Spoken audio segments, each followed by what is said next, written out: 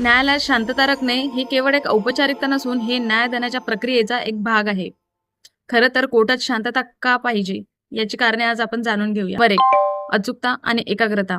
आपल्या न्यायाधीशांना दोन्ही पक्षांच्या वकिलांचे युक्तिवाद आणि साक्षीदारांचा जबाब अत्यंत बारकाईने ऐकावे लागतात. थोडासा गोंधळही न्यायाधीशांचे लक्ष विचलित करू शकते, ज्यामुळे चुकीचा निर्णय किंवा एखादा महत्त्वाचा मुद्दा सुटू शकते. नंबर 2, रेकॉर्डिंग किंवा नोंद.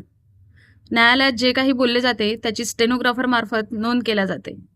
जर कोर्टात गोंधळ असेल तर स्टेनोग्राफरला अचूक शब्द टिपणे कठीण जाते आणि ह्या नोंदी भविष्यात पुराव्यासाठी वापरल्या जातात. त्यामुळे त्यामध्ये स्पष्टता असणे खूप गरजेचे आहे. नंबर 3, भीतीमुक्त वातावरण.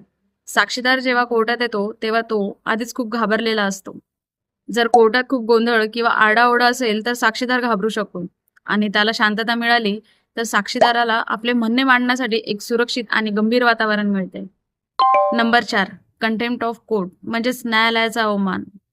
यालाच न्यायालयाचा अवमान मानले जाते, ज्यासाठी न्यायाधीश तुम्हाला शिक्षा किंवा दंड करू शकते.